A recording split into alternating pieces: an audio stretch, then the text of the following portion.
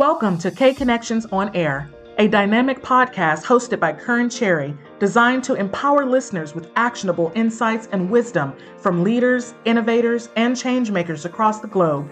Each episode features a unique blend of interviews and speaker takeover segments, providing in-depth expertise on topics such as business, networking, branding, faith, empowerment, and personal growth, just to name a few. With over 200 plus speakers featured from Kearn's events, KKonnections On Air brings you powerful voices and thought-provoking discussions that inspire personal and professional transformation. Whether you're looking to elevate your career, build your brand, or deepen your faith, this podcast delivers valuable takeaways to help you unlock new opportunities and build a lasting legacy. Today's guest is Chris Salem, a true leader when it comes to helping people take their business and personal lives from ordinary to extraordinary. Chris has worked with entrepreneurs, business leaders, and professionals from all walks of life, empowering them to break through their challenges and achieve success on all levels. Chris knows firsthand what it's like to face struggles. He's been there. Having overcome 12 years of addiction and major setbacks in his life, Chris has transformed those challenges into powerful lessons that he now shares with others. His unique approach focuses on addressing the root causes that hold us back, instead of just scratching the surface. Today, he'll be talking about the secret to building your brand and business simultaneously. And trust me, this is something you want to hear. So grab your notepads and get ready for an episode packed with value. Let's dive in.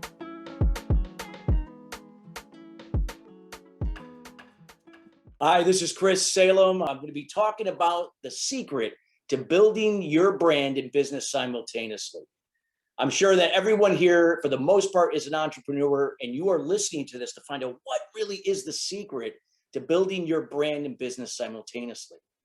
Well, I'm going to start off with a story because stories relate and connect at a deeper level.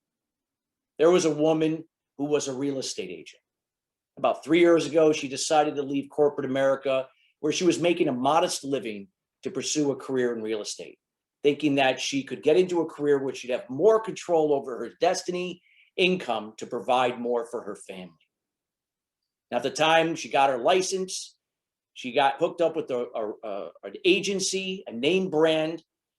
She took the blueprint that was given to her, everything that would allow her to grow, to build and grow and sustain her real estate business. She went out and brought in 50 to 100 people for her sphere of influence. She made the calls and did everything according to that blueprint. But here was the reality. The reality was she was in the bottom 25% in terms of production in her agency, an agency of about 24 real estate agents. Now, she had been doing this now for 3 years up to this point, and she was not seeing an increase in terms of bringing in new business and getting out of that 25% in the hole. So what was she doing wrong? What could she be doing right? Well, here was the thing. She was also involved in contributing to a nonprofit in her local area. And this nonprofit was involved in family-related things, like things in terms of helping families and bringing families together, holding events that would specialize with helping families to grow together. And she loved contributing to it.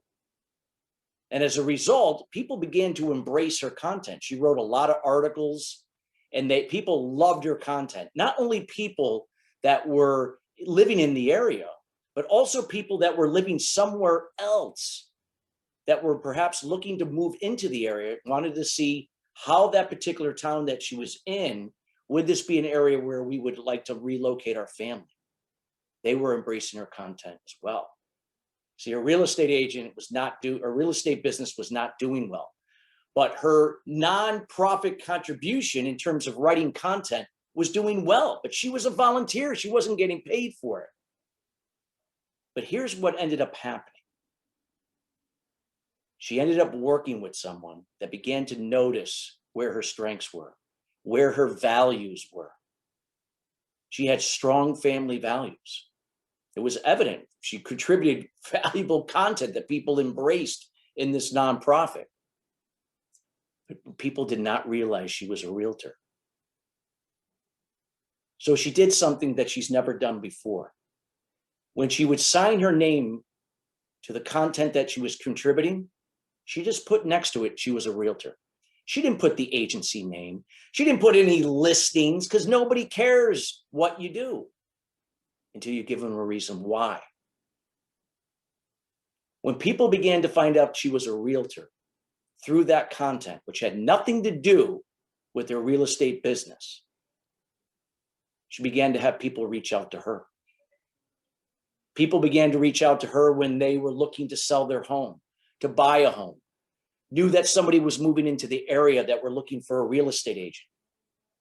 Ask yourself, do you think that they reached out to her because of what she did? In a 60-mile radius, there could be 10,000 real estate agents, either part-time, somewhere in the middle, or experienced realtors. They picked her because they connected on why she did what she did. That family values that were evident in her content. And as a result of that, indirectly, through that, why she did what she did, she was able in a year to increase her production by 35%. Today, this woman now is in the top 50% of her agency in terms of production. Is she the top person? No. But she's definitely made a huge improvement, 10x'd her business in many ways from almost nothing based upon why she did what she did versus what she did. So think about that in your business. So many of us are so caught up in when we're branding and building our business, what makes us unique? What makes us stand out? If we just pitch it right, people will want to buy from us. See, the reality is people want to buy not what was told to them, what was shared with them. And it's not necessarily what you do, more importantly, why you do what you do. The story I just shared with you was a woman that was able to grow her business significantly, improve her income, her lifestyle, as a result of why she did what she did, which had nothing to do with what she did in real estate. This is the secret to building your brand and business simultaneously. Let me give you another example before I get into all the process and nuts and bolts how to do this. Another woman who ran an ice cream company. And in her ice cream company, she had built, a pretty decent brand around the ice cream company, catering to restaurants, events, had a couple of retail locations, but did not have a brand for herself. When she was able to build a brand for herself, she had the ability now to do more things, to open up new doors, not based upon what she did, but why she did what she did, leveraging her content as a speaker, doing radio shows. So ask yourself, why do you do what you do? Why do you do what you do? What are those values that represent who you truly are, not someone else, that resonate with perhaps something that is going to connect with an audience that you serve? So I'm going to explain to you the process that you can go about building your brand in business. Think of it as a foundation first. If we're going to build this beautiful home, we have to have a rock solid foundation. Is it going to be perfect? No. But we have to cultivate that relationship. So what is that, or with yourself? What is that foundation? That's here. That's you. You're the brand and your business.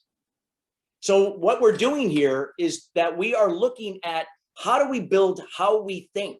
How we think will allow us to be different. To be different will allow us to become different. To become different will allow us to do different. And to do different will allow us to have different and better results. It starts with how we think and our mindset. And how we think will affect our level of confidence and self-esteem.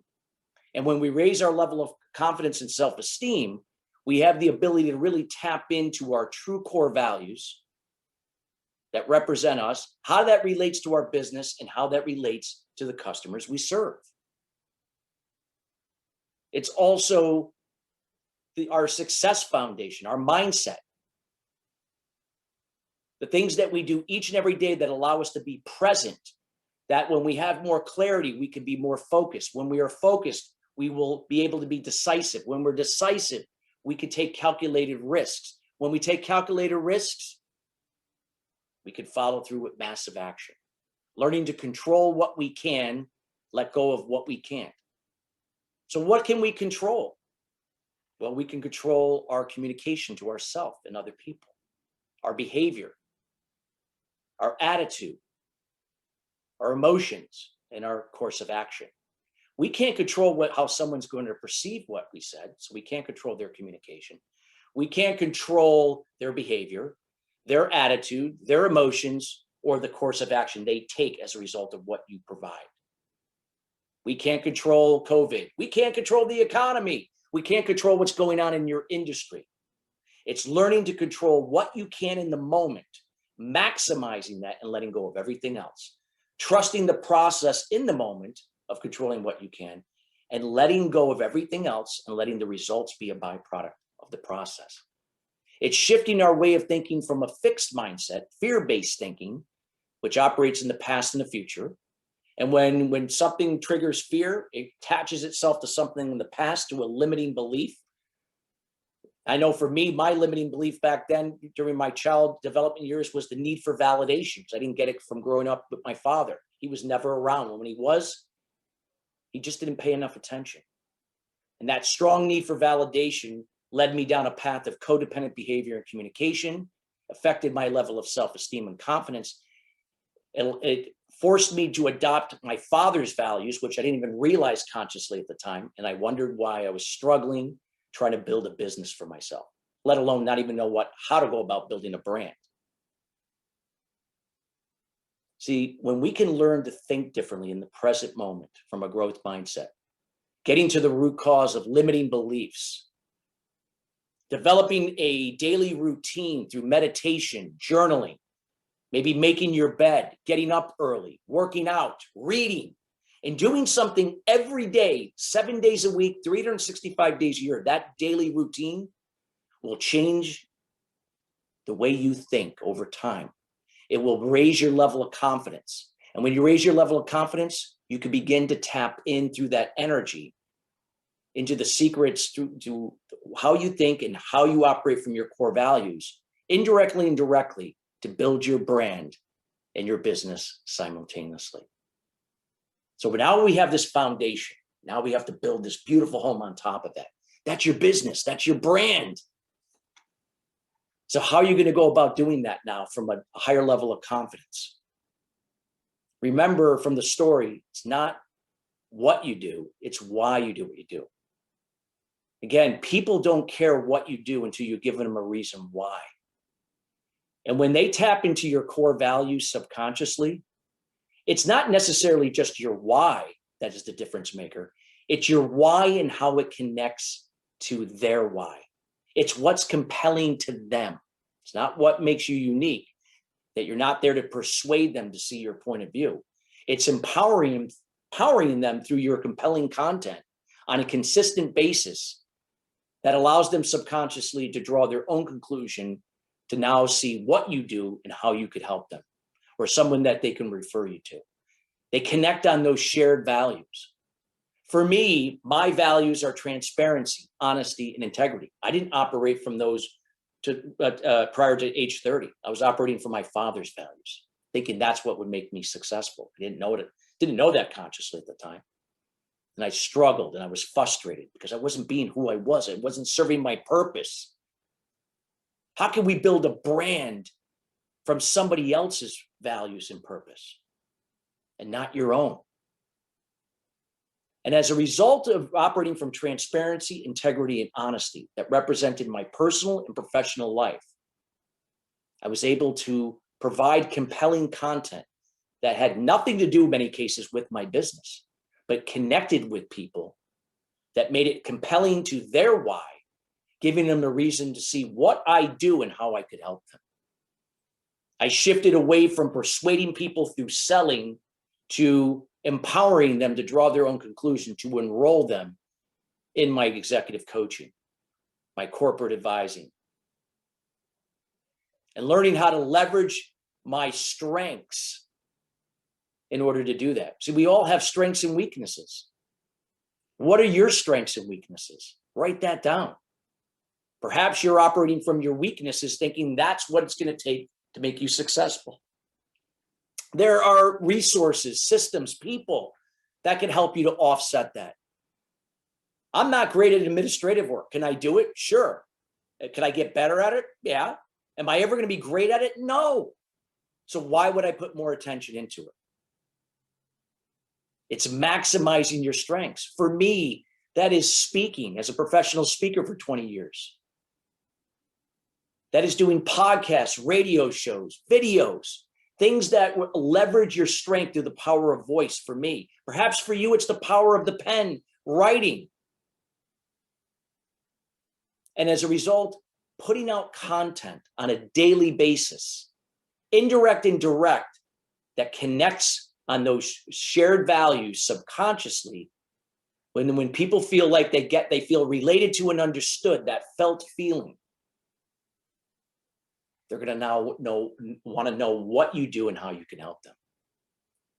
Some of the most powerful brands in the world do this each and every day. Companies like Zappos.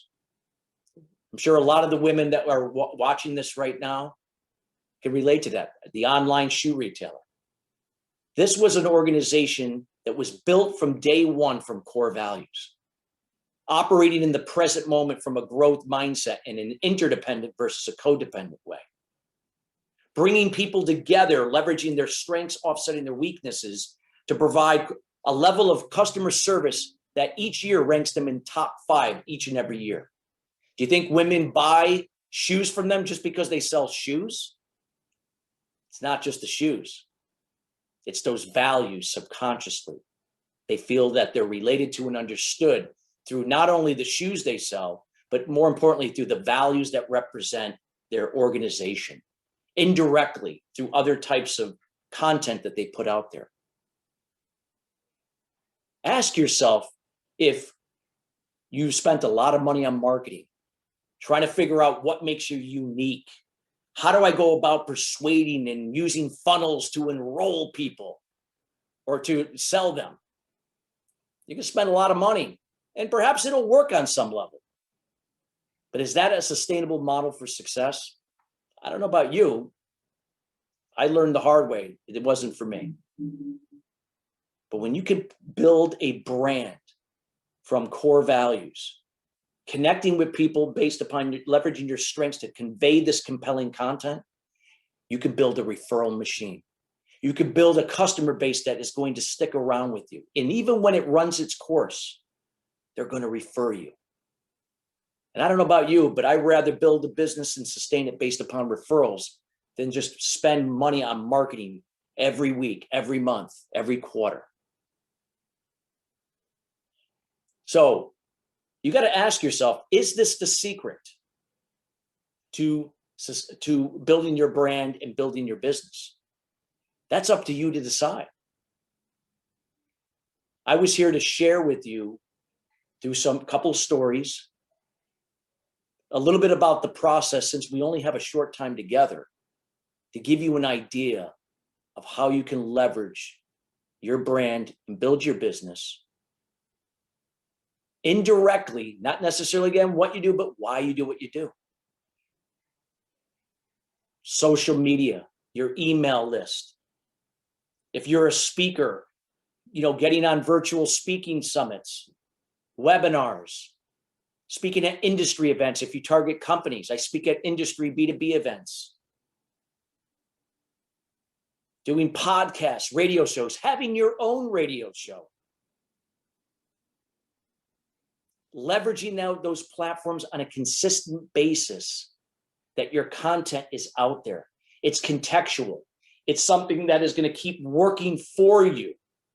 Your content can build your business. It can drive new people to do business with you and refer people to your business. I've seen it over and over again to those that are open to think, to be different, to become different, to do different and have different and better results. The key is What are you going to decide to do to build your brand and to build your business? Or perhaps you're already successful and you're looking to sustain it or go get to the next level. Perhaps you're going to sell your business. You can get a good value for it and you're going to embark on a new venture. Ask yourself if considering building your brand and business simultaneously through core values, how you think differently, can be the difference in allowing processes and your strengths to build it for you. Well, I can tell you it works, but that is up to you to decide. I hope this information we shared here, even though we've had a short time together today, will allow you to get to decide what that means to you. What are the next steps and how you can be different, to become different, to do different, and to have different and better results. And I'm wishing you much success, sustainable success in your business going forward. Have a great day.